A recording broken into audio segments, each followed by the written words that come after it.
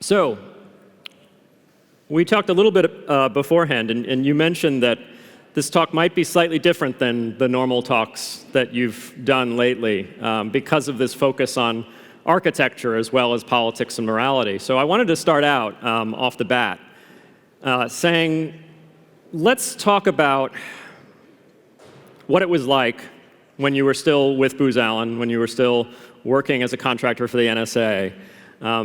Before you blew the whistle on government surveillance, you had to collect all the evidence. What about the actual architecture of the systems that you were using in your job made that job, that collection of information, easy? What made it possible for an outside contractor such as yourself to obtain so much secret information? Well, I think the first thing to understand here is actually that it wasn't easy. And this is actually a little bit chilling. When we look at the statements of Congress, for example, in response to what happened in June of 2013, when I provided information, evidence about serious crimes by the United States government against its own people and people around the world, they said, many of them, including the authors of the laws that the intelligence community, our spies, were saying they were acting under, the people who wrote these laws said they had no idea that the laws were being applied this way. They said they had no idea that these programs existed. The companies that were involved in these kind of activities, some of the largest names on the internet, right? When they were being sort of outed on the front page of the newspapers, they said they had no idea that they were part of these programs. In fact, initially they denied that there was any cooperation, and only later did they admit that this was the case. So the key point that I'm making here is that the government was carving silos out within sort of the American space of government, into which not only the public had no visibility, but the vast majority, even of the government itself, had no visibility. And so then there was a question of how could this imbalance of power between the governing and the governed be corrected? How could this be made more equal? How could our democracy be strengthened? And I would argue this is through equal access of information, or at least more equal access of information. And this was intentionally designed into the system to be impossible. At the NSA, for example, at the CIA, for example, where I also worked, every time you access a document, right, a record would be made that would say your name, this person at this time accessed this document. So if something went missing, they could try to find it. But no system is perfect. And I had the rare good fortune of working both at the CIA and the NSA, meaning I had seen both our human intelligence collection capabilities and our electronic intelligence collection capabilities. I knew how we spied on others, and I knew how we spied on ourselves. And what that meant was I was one of the rare people with both the knowledge of what was going on and where it was going wrong, and the ability to gather this information and provide it to journalists. But this begs the question then, all right, you're me or someone like me, you have discovered that your government is up to no good. They're breaking the law. They're violating the rights of the public. And you've gotten the proof. Let's presume you have the evidence. How do you get it to journalists without being caught? Right. When the story is about how the internet is being monitored pervasively. Yep. You can't use your Gmail account when that is an open door for government. Google Hangouts, what we're using right now, you know. Exactly. They get a copy of sort of any call that they want like this. So just a quick sort of illustration for those in the audience who are a little bit more technical. You've got journalists on one side of the internet who you don't know. You have to identify them. You have to find methods of contact for them. Then there's you on the other side who has the information that they need to tell the public what's going on. And then you have this hostile path to them through the internet that is monitored, that it is exploited. And some of these journalists on the other side don't know how to use secure communications. At the time, there is no end-to-end encryption that is commonplace, right? Not everyone is using Signal Messenger. Yep. WhatsApp isn't using the Signal protocol. It's amazing watching you explain to Glenn Greenwald how to set up GPG. Right. But the beautiful thing is Bitcoin still exists, right? The knowledge, the capabilities were there. But just like the knowledge of mass surveillance was still there, it was unevenly applied. What we've been doing in these past 5 years is raising the average level of education. We're expanding the communities that have these capabilities to go, all right, I'm on an island in Hawaii, different side of the world. I have to find a way to get this across the internet. Okay, you encrypt your communications, right? But then when the government is investigating these journalists who they know are writing these stories, they're going to simply pull their internet histories and go, I want to see every connection that's made to this person. I want to see every email that's been written to this person for the last 30 days, 6 months, 90 days, 180 days, whatever. And I want to see every IP address that sent that. They want to just follow the chain back, go see which server sent that, who connected to that server. And eventually you get a list of IP addresses. If you're doing this from home, that could lead back to you. If you're doing this from a coffee shop, does the coffee shop have cameras in it? Did you make a credit card purchase at that? Can the government simply cross-reference a list of its employees at the local facility with the list of people who made credit card purchases at that cafe at that day that email was sent to that journalist? These were the kind of things that I was thinking about.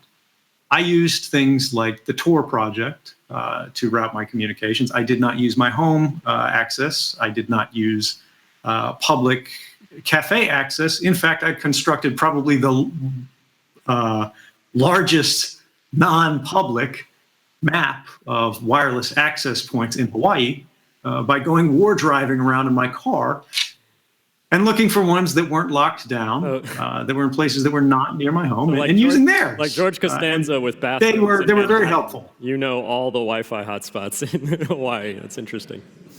But briefly, the quick point here is that every system will have methods of control built into it, where whoever, if we have a central authority for the internet, be they government, be they Google, be they Facebook, will try to limit what you can do. They will try to instruct you as to how you can use the system.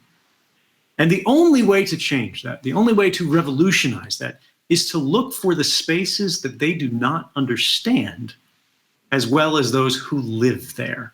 If you have a better understanding of the network than your adversary, you can change that network because you can operate on it in ways that they cannot control.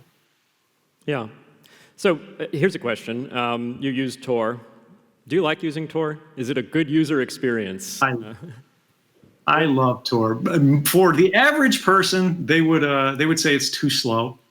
But I would say it has gotten faster every year for the last 10. Do you think there are enough relay nodes in the network to make it robustly private and secure? I think it's a mistake to count on any kind of mixed net for perfect privacy. Yeah. The better question is, does it provide more robust privacy than your home connection through your ISP? Does it provide more robust protection than a VPN, which is a single point of failure, right? If a government goes to that VPN provider and sort of holds them by the ankles and shakes them upside down until records fall out of their pockets, will yours be in that? Will that lead back to you? If it is a volunteer-run network where there are no payment records, such as Tor, you have a larger layer of protection. You've got a bigger buffer. But to rely on any single system to make you invisible on the internet is to make a mistake. You have to understand how the system works. And most critically, you have to always be thinking about what happens when this layer of protection fails. Where are you then exposed? And that way you can shim in new layers, redundant layers of protection, so that if one fails, you have defense in depth. Yeah, I bring it up in part because we had folks from the Orchid project here today explaining what they're trying to build, which may interest you if you're not familiar with it already. It's a decentralized marketplace for VPN providers that also includes some level of onion routing or multi-hop anonymization. And the idea is, with Tor, we rely on the goodwill of a bunch of volunteers to run nodes, and we hope that there are enough of them that it makes it impossible to fully identify both the origin and destination of the communication. Why not find a way to create an open market for paying for these services? The problem being that you have a centralized choke point in the form of a payment processor, and that could defeat the system. I'm curious if that idea is provocative to you, interesting. They're not the only ones working on that project. There are a few. It's pretty exciting stuff.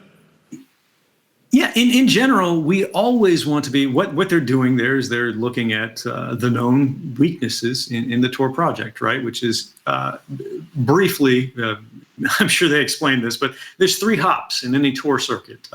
Sort of an entry node, a relay node, and an exit node. The exit node can see the requests for a user, but they don't know which user sent it. The entry node knows who is sending requests, but they don't know what the requests are for. But if you get sort of 3 bad nodes, the odds of this are pretty low, but if they can get that whole chain and it's a single person, a single adversary cooperating, they can see the whole network, right? Or the whole circuit that you have until it changes. And this, of course, is something that we should be planning for. What is the next best step? I don't know enough about this project to say that's the case, but sure. The idea is the more robust we make any network, the more layers of decentralization that we put in, the more layers of trustless cooperation that we put in, the safer we all are. And I imagine part of the reason that you would want to use Tor or VPNs, but preferably Tor, would be your day-to-day experiences on the internet are primarily communications IP address to IP address. And that's all a record of your activities, correct? And what can you tell us about the architecture of the internet when it comes to IP addresses, when it comes to how computers connect to each other, that to your mind is one of these vulnerabilities, one of these centralized repositories that makes it easy for government to collect information from us, that makes it easy, it makes it hard to be private or hard to be able to feel like you can speak Sure. without your expression chilled?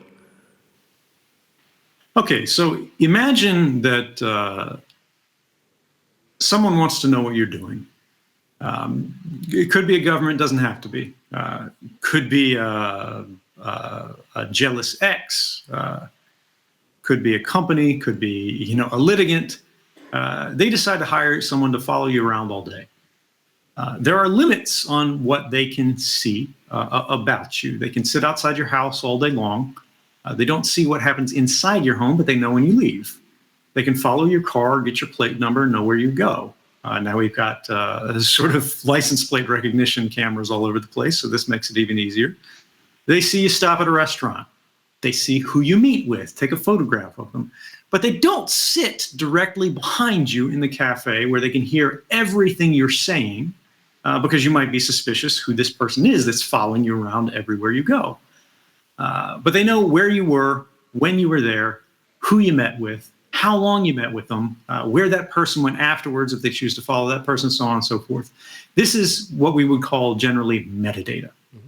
Even if you encrypt your activities online, this same information is still available for everyone, everywhere, no matter what they're doing, unless they're taking extraordinary care to hide the methods of their communication. Because when you think about encryption and the internet and everything at large, the metadata problem is the signaling problem. Everywhere a communication is occurring, there's a signal that is being broadcast on the IP layer, and there's a destination for that sort of communication. So as long as you can see that addressing information, the source of it and the destination of it, the source of it and the destination of it, you can create a network of human relationships. You can create perfect records of private lives. particularly when you start gaining access to what those private eyes could not get. Now you have Amazon Alexa sitting on your shelf. They could hear what's happening inside your apartment. We are carrying around and paying people to put cameras in our pockets, microphones in our pockets that are tracking our movements as we move from cellular network cell site as we move across town. These things happen 2G, 3G, 4G, LTE. It doesn't matter what network. They all function the same way. Ultimately, they have a perfect record of your activities. And what this means is that your digital communications are fundamentally, qualitatively different than the ones that you have face-to-face. Because the ones that you have face-to-face are in at least some way ephemeral. They're forgotten. You speak your words into the air, the sound attenuates as it travels out, and then it is gone, lost to history, but for those who were there to hear it. Right. When it crosses the internet, these are entering databases, both by commercial providers like Facebook, who are trying to exploit them for commercial value, and for governments who are trying to exploit them for intelligence value, who want to know what their publics are doing, who want to know what foreign groups are doing. And this is what we need to take care to guard against. Yeah. So you suggested that there's a little bit of a selling ourselves down the river with respect to privacy. You know, people are putting Alexas in their home. We pay to have cameras in our pocket. And I think for the average person, the non-technical person, this doesn't seem like a bargain about privacy.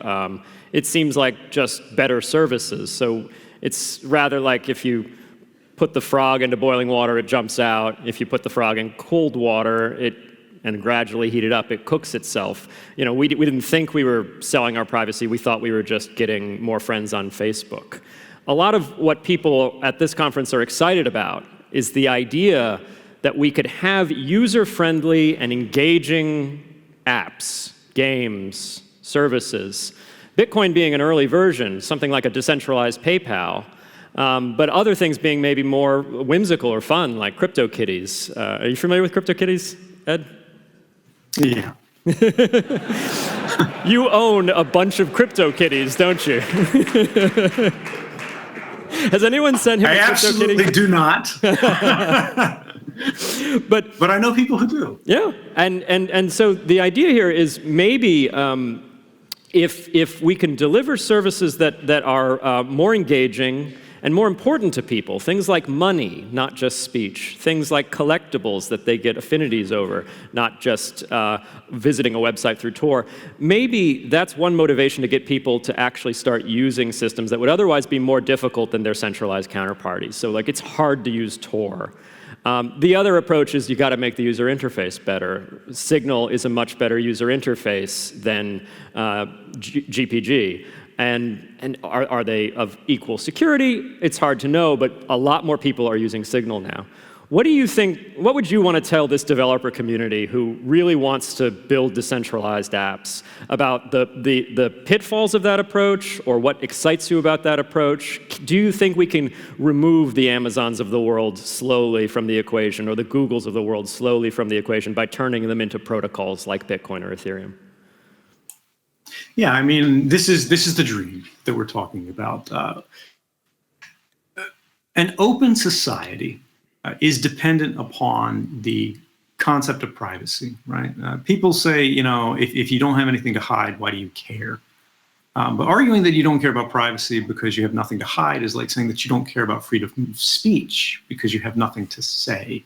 It misses the point. Privacy isn't about something to hide. Privacy is about something to protect. And that thing is an open society, a free society that understands the value of the individual, and that understands that the value of those individuals is the fact that we are all different, that we are irreplaceable. It is our minority opinions from which progress derives. If everybody thought the same thing, if everybody believed the same thing, if we were all on the same page, we wouldn't have that wonderful heresy against the orthodoxy of a new idea. And what this ultimately means in the context of protocols and commerce and decentralization is the problem of the internet today is that all of our transactions are irrevocably tied by the standard method of operation to our identity. You pay for internet service in your true name. It is registered to your home address, right? It is using your personal payment information. So everything that occurs on that internet connection can be traced back to you.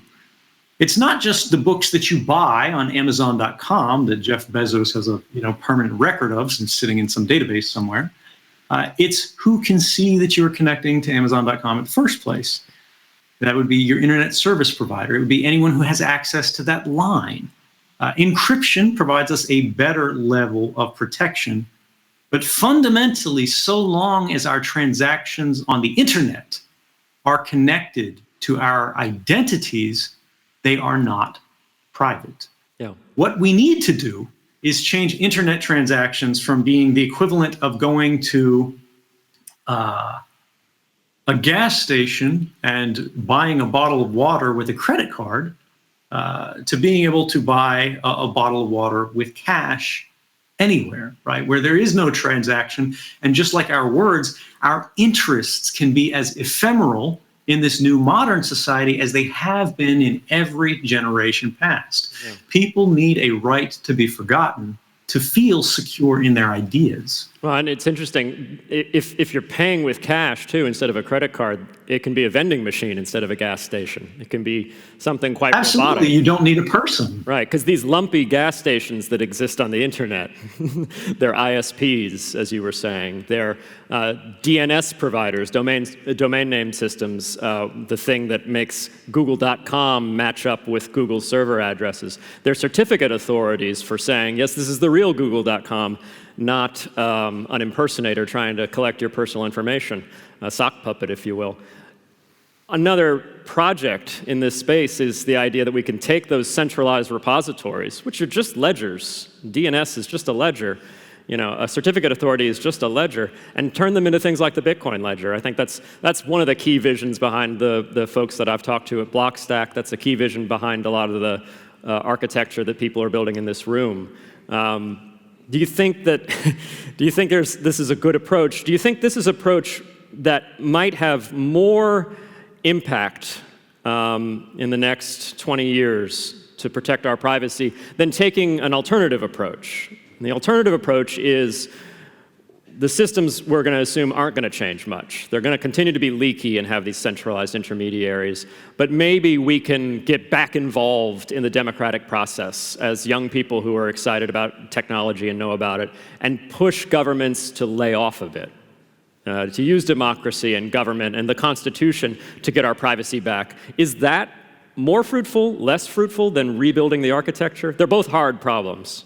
I just thought I'd get you. Yeah, I mean, this is a great question. It's, what's going to save us? Are we going to improve our technology, or are we going to rescue our democracy?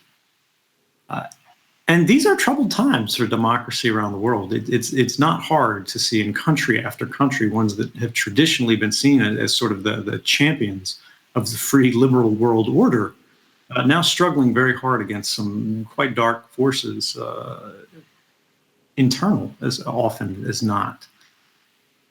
And the question becomes, if it's happening in many different countries that have many different systems, what is it that's really changed, and how do we correct it? I'm not a politician, so I don't want to prescribe solutions there.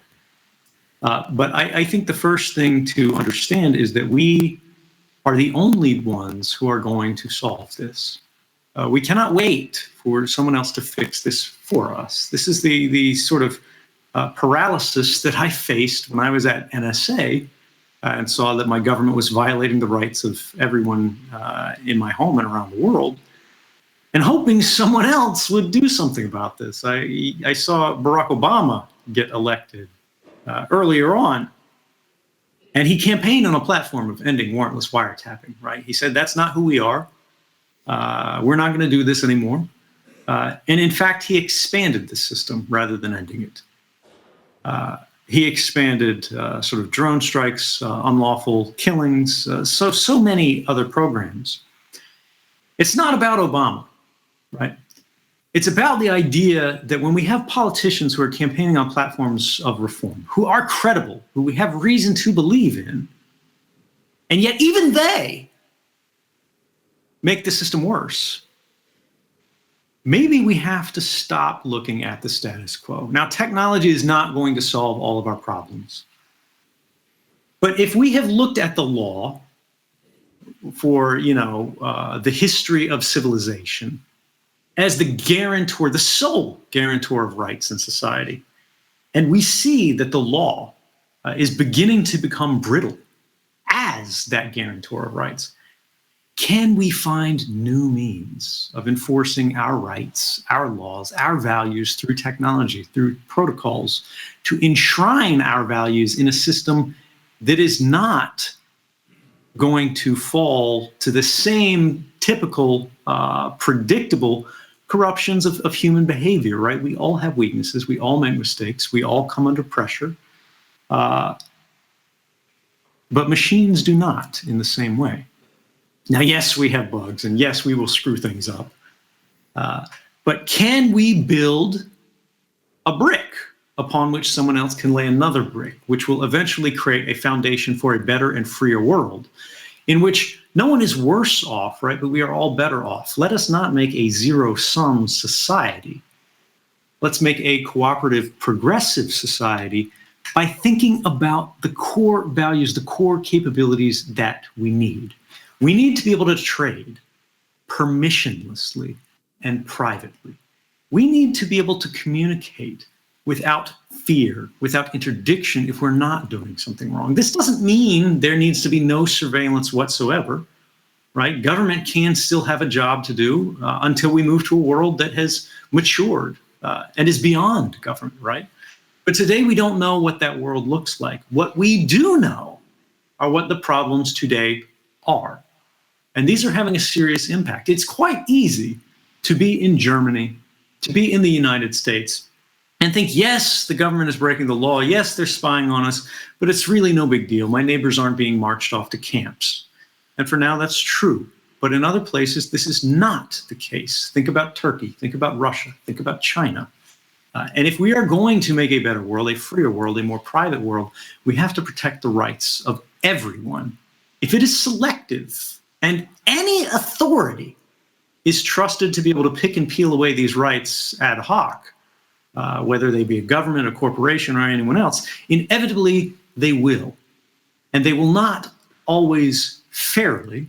And in fact, one could say more often than not, they can be, based on history, sure to pick preferentially to violate the rights of those who are their adversaries, regardless of whether what they're doing is wrong.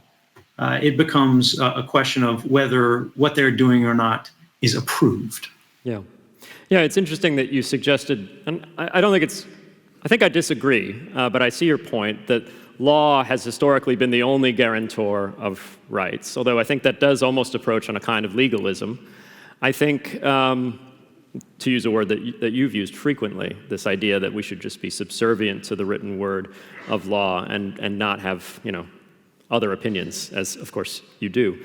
But I think it's true that law and the physical reality that we find ourselves in, the architecture that we find ourselves in, the nature of how difficult it is to do something, are working together in most cases. So when a police officer searches your house, it's hard. They have to have somebody in your location get through your door, go through your things, and it also sends a big signal to everyone else in the world that this is happening. It doesn't happen surreptitiously. If it's a small community, they knocked down Peter's door the other day. Technology, I think, has made it easier to do top-down law. So the kind of law that says we're going to declare certain things permissible and impermissible, we're going to organize society through regulatory control, we're going to have a Securities Exchange Commission that protects investors by top-down dictates, we're going to have an anti-money laundering authority that's going to stop the illicit flows of funds from top-down dictates as to where you can and cannot send money, what countries you can send money to and you can't. Technology's made that easier, while it's made it harder to have the kind of private law that also protected our rights, the rights of property, the rights of contract, the rights to say, I'm sorry, you can't come on my property, police officer. You don't have a warrant. The technology with respect to digital property made it impossible to know whether the police officer came onto your property or not. And I think, so we had Nick Szabo here earlier. Nick Szabo wrote all about smart contracts. How can we make that private law, that person-to-person law of contracts, work in the digital world where normally agreements are hard to enforce because people are all anonymous or people are pseudonymous or things like that? How can we make property law work in the digital world? He developed the BitGold protocol, a precursor to Bitcoin. And Bitcoin's a great example of property law working in the digital world. So do you think, accepting this thesis, that maybe we're just now catching up with matching technology with private law, the way technology was matched with top-down administrative law? Are you optimistic? Do you think this plan could work? That we could actually, so maybe it's not a trade-off between getting rid of surveillance, illicit surveillance or impermissible surveillance through technology versus politics. It's that we need, through law, we need technology to work with the right types of laws. We need technology that backs up private law, the law of citizens when they bump into each other and they use the courts to dispute.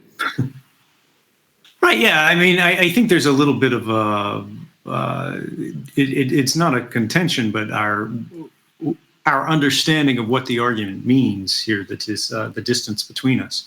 I'm not saying we get rid of law, right? Because as you sort of imply, technology code is a different kind of law. We're setting rules at a different layer, right? Law is simply code that's written in black ink on a page, that has no sort of motivating force of its own. It can't jump off the page and defend your rights. It's not going to open a door for you. It's not going to keep a bank from admitting you as a customer or tell a bank what to do. But people's belief in that piece of paper will. People's choice to follow that is what motivates and creates these systems of rules. What we are doing is we're creating systems in this private law context that you're speaking about, basically contract law, in technology that is useful because we're not relying on that distinction, that distance between the letters on the page and the people who carry out the acts. We have the machine and its instructions, and so long as it is well instructed, it has no choice but to execute those instructions. And can this create basically a layer that creates a kind of trustless trust, which seems like an impossibility, but this is what we're reaching at. We have in the universe, the only things that we can really count on are physical universal laws. The apple is going to fall off the tree, it's going to hit the ground because gravity is always there. Can we make contracts that function on the same principle? Yep. It cannot be abrogated with the kind of casual ease that we've been talking about in these government contexts, these corporate contexts, in these person-to-person sort of verbal contexts before. Can we make trust more reliable by creating it in a new kind of way? That's fundamentally what this question is about. It's not about should we have law or should we have technology. Of course, we can and should have both, but how do we make them work to their optimal advantage for the betterment of all people? And I think this is what decentralization, the sort of relentless pursuit for decentralization is all about. We talk about it in different ways. We talk about it in commercial contexts because whether we like it or not, capitalism is what's driving a lot of our progress forward. Because it incentivizes the creation of these new experimental systems. But if we get them, right, the people in this room right now thinking about their markets, thinking about their customers, thinking about what they can do, fundamentally we are talking about new human capabilities. We're allowing people to interact safely and reliably 10 times out of 10. And if they achieve that, that's what changes the world. Yeah. So, if there's one big thing that your revelations have shown us is that technology changed the natures of our freedoms and rights. It nibbles away at them. thus far. Primarily, it diminishes them somewhat insidiously. Have you thought about this topic in relation to money and the financial system rather than communications? Rather than the question of the intermediary being Google with respect to your emails, it's Bank of America or Credit Suisse with respect to your bank accounts, or PayPal or Venmo to pick on tech companies instead. So, for example, we used to transact with cash all the time in America. I'm fairly new to Germany, and I'm actually quite excited to see that a lot of people still transact with cash here. People don't use cash in America. They use credit cards, and that means that every transaction you make leaves a record. Are these issues analogous with the problem of intermediaries collecting too much metadata or too much information about our communications? Or is money somehow different and not worthy of the same privacy or free speech type protections? I mean, trade is communication. When we are talking about communication and trying to make this distinct from money, I think we're missing what it really is to be human and what it is to sort of engage with someone else. When you're communicating with someone, that is an exchange of values. It's an exchange of ideas, right? And it's an engagement, a recognition that this person is worthy of your time, of your attention. Money is simply a different layer of the same exchange. It is a different quality that is being communicated. You're passing your time in a unit of accounting kind of way, rather than that time being used to convey your sort of a symbolic expression verbally of a method of context. Sorry, I wasn't really expecting to have to go to this level of abstraction today. But the idea here is look, yes, private trade is the basis of all human cooperation. You know, the counter to when that, we go down, sorry, go ahead. Yeah, the counter to that would be, we talk about rights, especially in the US with the Constitution, but also internationally, we talk about rights as trumps. And unfortunately, it's hard to use that term now without invoking the Donald. But we talk about rights as trumps that are more important than any rational calculation between whether people will be better off or worse off. We're not supposed to calculate. It's supposed to be something that's just a right. It's not something that's subject to trade-offs. And free speech gets a lot of that protection, generally, in the US. We say a communication shouldn't be censored when it's in transit. You shouldn't have authorities able to interject and stop someone from speaking because the answer to, to bad speech is more speech. We need, if someone has a terrible idea, we need to have more people speaking to outweigh that idea. We don't try and stop the idea. Now, with money and the idea that we could, not have a mechanism to step in and stop money as it flows from one person to another, as it's flowing, no prior restraint on money, would fit into that right if money was like speech, if we should just have a right to do it without prior restraint. You can police the activities afterwards, but you shouldn't be able to interject and stop the money as it flows. But the counterargument to that, I think, is if you can't stop the flow of funds, like $1 million through the internet, isn't that riskier than not being able to stop a couple of paragraphs of propaganda? Especially if at the other end of that transaction is a terrorist, or at the other end of that transaction is someone who's laundering money. Every human capability, not just technology, will be abused. This has been the case since before we knew to pick up a rock and club someone on the head. We used our fists, right? When you talk about speech as being sort of qualitatively different in the zone of rights, that's a very American idea, right? In the United States, we do have stronger protections, but in Europe, there have long been prior restraints on speech. Germany has regulations on this when you talk about certain types of extremism. We have seen even in the United States, corporations particularly falling prey to new kind of restraints on this. In the context of terrorism, as you mentioned, your concern was about money being sent to ISIS being different than sort of ISIS speech. But indeed, we saw ISIS use of Twitter and Facebook and things like that raising precisely these things. The question is not, do you have a right to do something if that right can, in any context, any edge case, possibly be abused? And if it can be, then it is not a right. Then we cannot do this.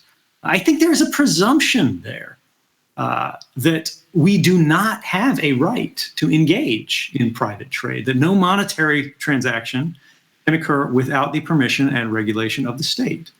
We can think of this as the little girl selling lemonade on the street outside of her house. Does this fall within the purview of government regulation? Of course, the government would say yes. The law strictly would say yes. But practically, pragmatically, realistically, humanistically, should that be the case?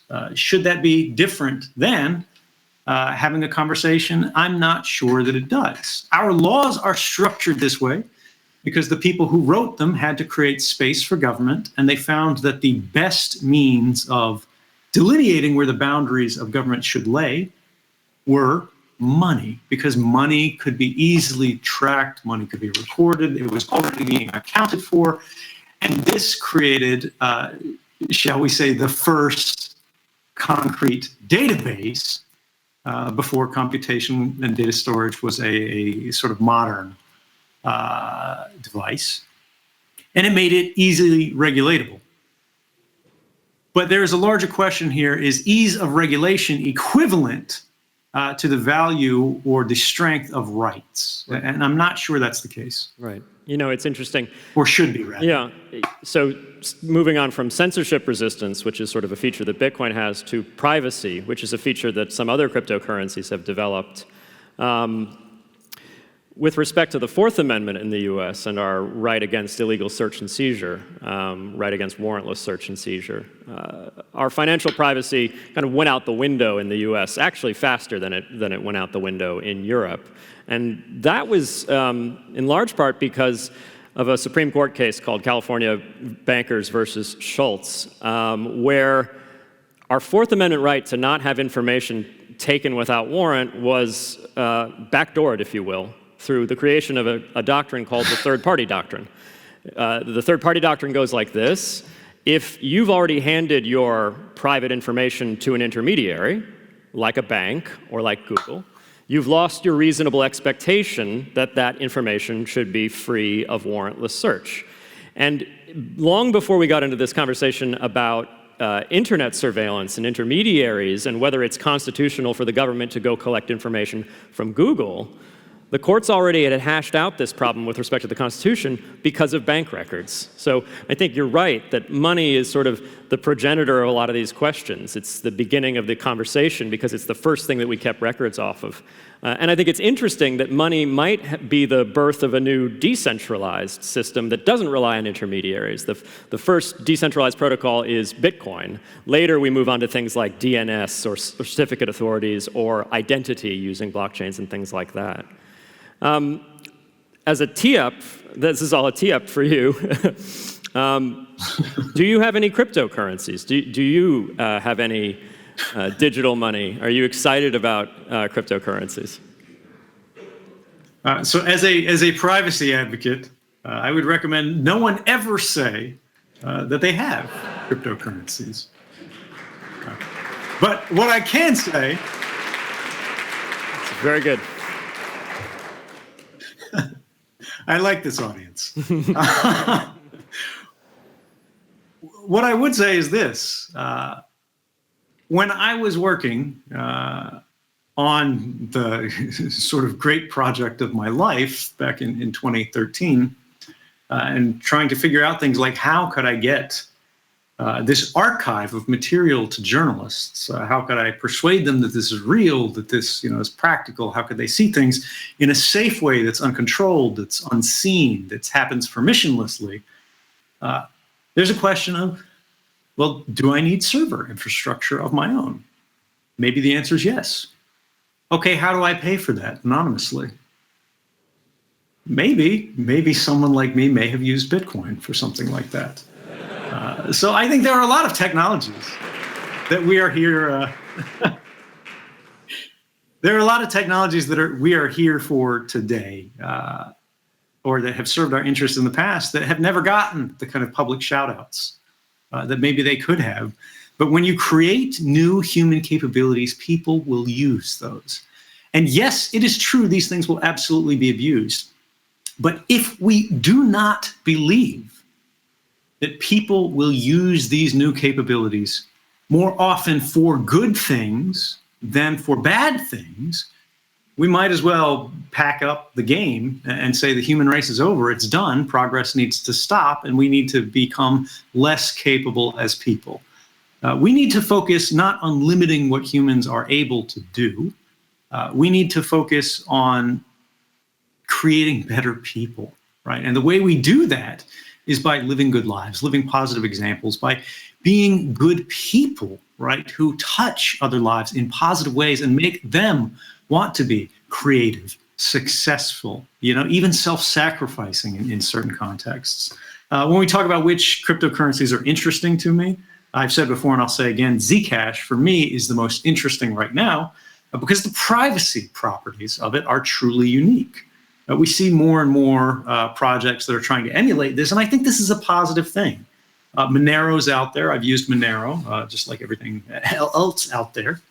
And this is, the idea here is you see these little tribal battles happening in the cryptocurrency space where they pick a flavor, they pick a team and it's like a team sport, and whoever uses anything else is the enemy.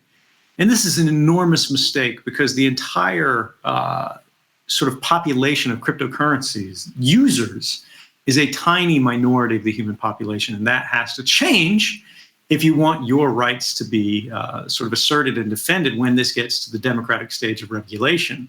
Yeah. We need more teams. We need more projects. We need more users. I don't care what your particular allegiance or affiliation is, because we already see governments finally reaching the point where they're becoming very, very nervous and moving closer and closer to the point of muscular intervention in how these technologies can be used. And if we do not have broad sort of public familiarity and use that's willing to defend not just their coin, but everybody else's, we're going to run into real problems. Yeah, we had a speaker earlier today who referred to the maximalism that we see in cryptocurrency communities. Bitcoin will be the coin to rule them all. Ethereum will become the only global computer, things like that. They compared that maximalism to nationalism as a destructive force that is generally a net negative when it comes to human flourishing and the kind of making better people objective that you were talking about earlier. Do you worry, though, about some cryptocurrency or related cryptocurrency projects? I mean, you mentioned that you may have paid for server space using Bitcoin at one point, ideally because it was probably because it was a censorship-resistant payment. Visa wouldn't, process your transactions at that point, I imagine. Your credit cards don't still work, do they?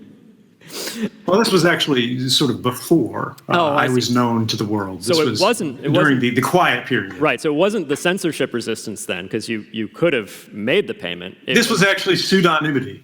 Or anonymity. Privacy, right. But if I was to ever find out your Bitcoin address, I could point straight to that transaction, which is kind of interesting. And sure, back but then, the question is, how was the Bitcoin procured? Yep. And the Bitcoin, was that procured in an honest way or an anonymous way? Right. So the only thing I'm driving at is the Bitcoin blockchain is actually extremely public, devastatingly public. Absolutely. from a privacy and human rights standpoint. If you wanted to design a technology that would afford someone perfect visibility into the economy, you'd design Bitcoin and then try and get everyone to use it. Does that worry you? Are you worried about the emergence of, we talked earlier in the day about state-run cryptocurrency projects like the Petro in Venezuela? Do you worry about these tools being co-opted, just as internet technologies have been co-opted by dictators, by powerful entities, corrupt entities? Absolutely. It's not a question of if they will be, it's a question of when they will be. And it's a question of how do we design competing systems that are simply so attractive that they will not be ignored by sort of the global consumer base, but also the governments themselves who are seeking to compete against them will not simply be able to outlaw them and have that be meaningful, right? And that's a tall order. But when you look at Bitcoin, right, like what are the central benefits of Bitcoin? What are the central flaws of Bitcoin? Everybody is focused on the transaction rate limitations of Bitcoin as being its central flaw. And that is a major one, right? But I would argue actually the much larger structural flaw, the long-lasting flaw, is its public ledger.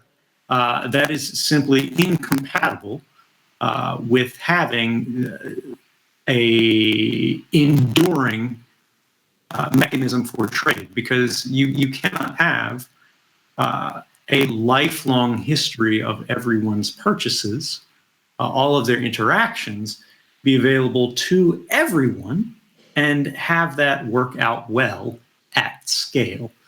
The limitations of how people engage with these cryptocurrencies are the limiting factor on the sort of apocalypses that we've had from it so far. And it's, I think, a natural relief of pressure on it. But I don't think Bitcoin will last forever. And this is something that I think will be perhaps less popular with some people in the room. But, you know, we need to think about all of the technology projects that we have seen in the past. The first browser created is not the best browser that we have ever seen. Bitcoin does important work, and I do think it will have enduring value for a long time. But particularly when we look at the core development team and their rate of improvement to the protocol, they simply need to do better, or they will not be able to compete. Interesting. So you have tweeted about Zcash, and you mentioned it earlier. Commonly repeated vulnerability or fear that people have with respect to Zcash is the fact that, well, it's somewhat twofold. It's that it uses rather novel cryptography, zero-knowledge proofs, ZK snarks specifically, to obtain its level of privacy. So somewhat different than RSA or the gold standard encryption that we see in other products. And the second criticism is that it's a smaller group of developers that have worked on it, because almost by nature, there's only a small number of people in the world who understand zero-knowledge proofs and understand blockchains. The Venn diagram is small enough that the people who can build these two things into one is centralized. It's a trusted intermediary in a way, but of course they're not actually there holding everyone's data like Google is. They have a different kind of power. They have the power of the pen with respect to a protocol that once given life might be fundamental infrastructure. They, in theory, would be in positions to put backdoors in, although the software is open source, so maybe if enough eyes are on it, we're safe. Do you think that we're moving towards a world where those will be the new vulnerabilities, where people who architect systems are then almost like godlike because they lay down the rules and will never be able to catch up with their knowledge, and so they may always retain some secret power into the future, even once these systems are decentralized? Do you worry that we will lose touch with the ability to oversee and try and democratically, if you will, move those rules to where we'd like to see them, because it's this intelligentsia class of coders who design them? Are those concerns of yours? And after you answer that question, do you think we're already there? Are our encryption standards already hopelessly backdoored? Maybe encryption standards that I think are actually not backdoored, certain elliptical curves and things like that. What are the likelihoods on them not being backdoored at all? And encryption standards that Bitcoin and Zcash and other things actually rely on deeply. Yeah. Okay, so there were about 136 questions in there. Let me see if I can try to work backwards. So the power of the elders idea. Right. The power of the elders, but first the encryption part, because I think that's the fundamental building block. Right. We have to have a table that we can put everything else on in our discussion here, and we know encryption works. Encryption, like anything else, is vulnerable to advances in our understanding of mathematics.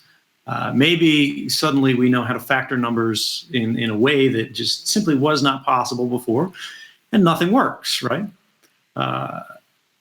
We don't see a road to that now, but maybe someday it happens. The thing that we have to deal with in reality, practically today, is we have to build based on what we know. And what we know is right now we can't factor these numbers. These are reliable. And we have real world examples of that. I'm a great case, right?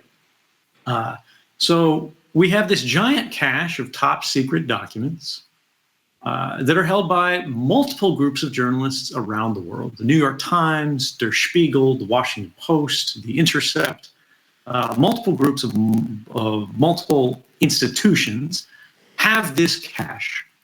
And there are many documents in here that have never been published because as a condition of access to the journalists, required them to agree to a couple conditions. The first and foremost of which was they would never publish any story simply because it was interesting or simply because it was newsworthy. They had to agree that they would only publish stories that they were willing to make an institutional judgment or in the public interest to know. They had to make the world better off.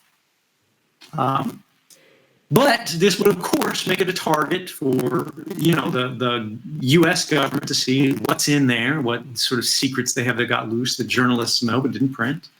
Other governments, right? Maybe the Russians want to break in. Maybe the Chinese want to break in. Maybe the Germans want to break in and see if anybody's spying on Merkel's other cell phone, right? It's been 5 years since 2013, and it's never happened. We know this has never happened because even the NSA's number 2 official, former deputy director Chris Inglis, said on camera, if it had happened, the NSA has the penetrations in all of these other governments and, of course, mass surveillance abilities to know. They would see indications that the people they're trying to spy on have changed their methods of communication. And it hasn't happened, right?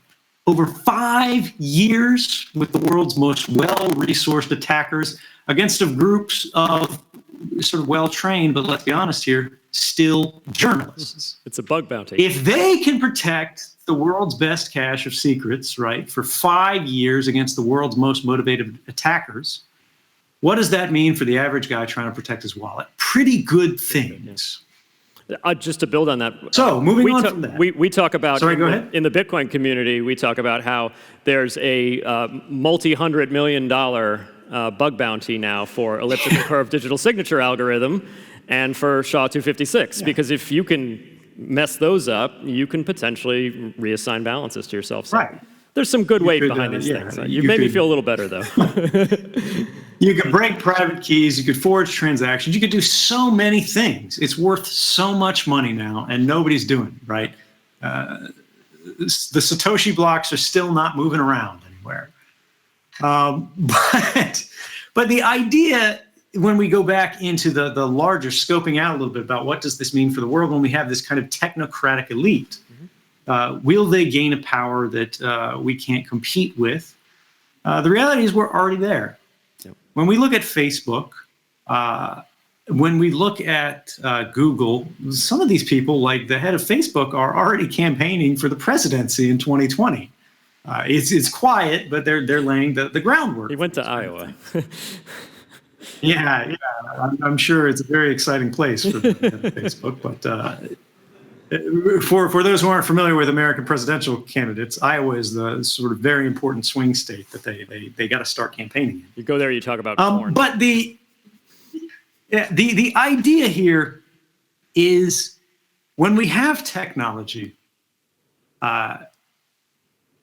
and our debates are based on people's knowledge, and they have an advantage in terms of knowledge, that's problematic. But it is not insurmountable because fortunately human intelligence is unevenly distributed. And there are young, smart people in every corner of the earth at every level of the income bracket. Inequality is a serious and growing problem, right? But I would rather be fighting a battle of brains than a battle of dollars. Right. So we only have a few minutes left. With the last bit of time, I just wanted to turn to a subject that comes up a lot, at least in the US and the media, the fact that you're in Russia. You could say, look, this guy says he's all about privacy and civil liberties and rights, and yet look where he's ended up. He's ended up in Moscow. He's ended up in many ways in the heart of totalitarian control. Mordor. Yeah. How do you feel about being where you are? Yeah, I mean, look, this is something we hear again and again and again, and I'm glad you asked it because this is something that's on everybody's mind, right? The important thing to understand is that I didn't choose to be in Russia.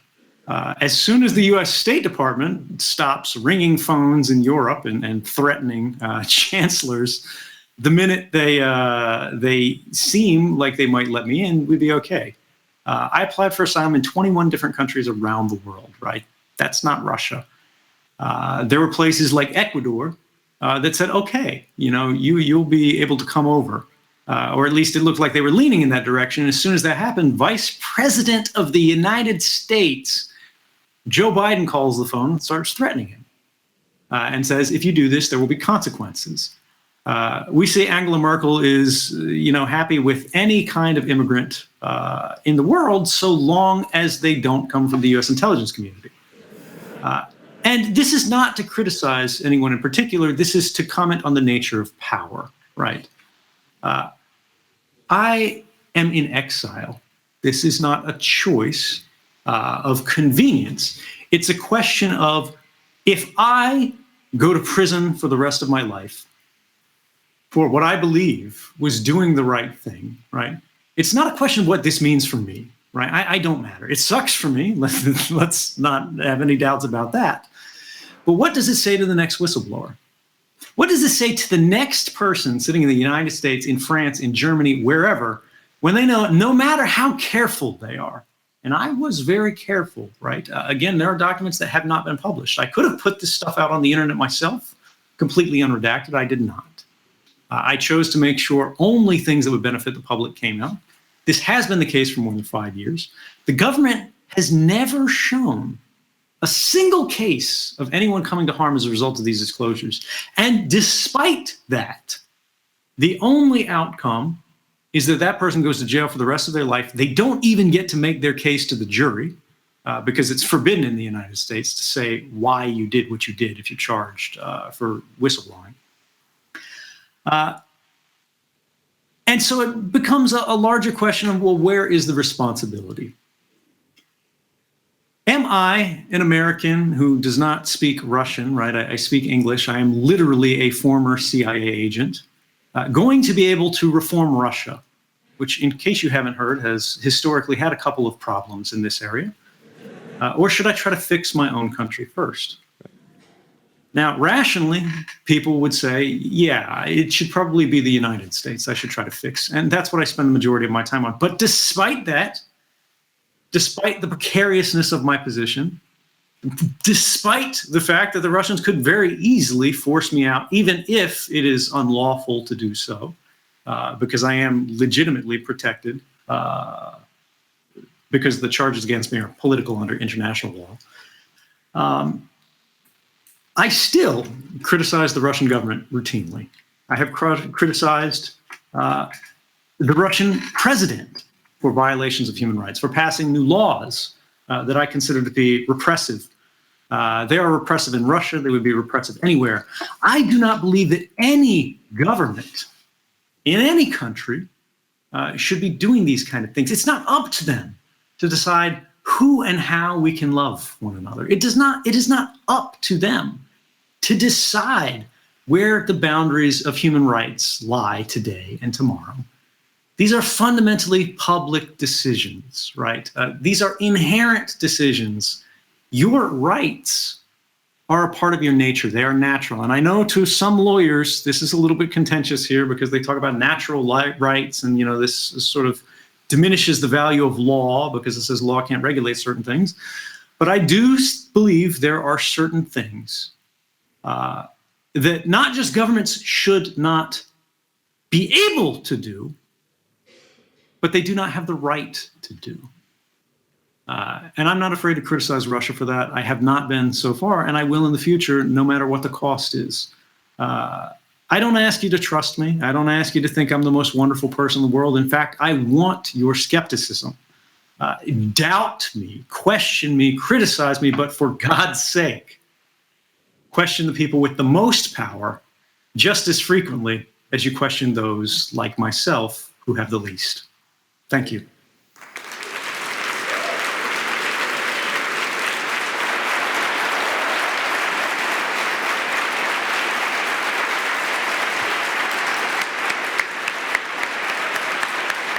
Thank you so much. And hey, excuse me, for all of you who are there today, thank you so much for listening. This has been really a pleasure to be a part of this. But if you are tired of me being in Russia, by all means, please give the chancellor a call and ask. I have one last ask question. When I'll be welcome. I have one last question to end on a happy note. Could you possibly share an Ethereum address so we can send you some crypto kitties? Because that would be awesome. Ladies and gentlemen, please thank Ed Snowden for coming and joining us.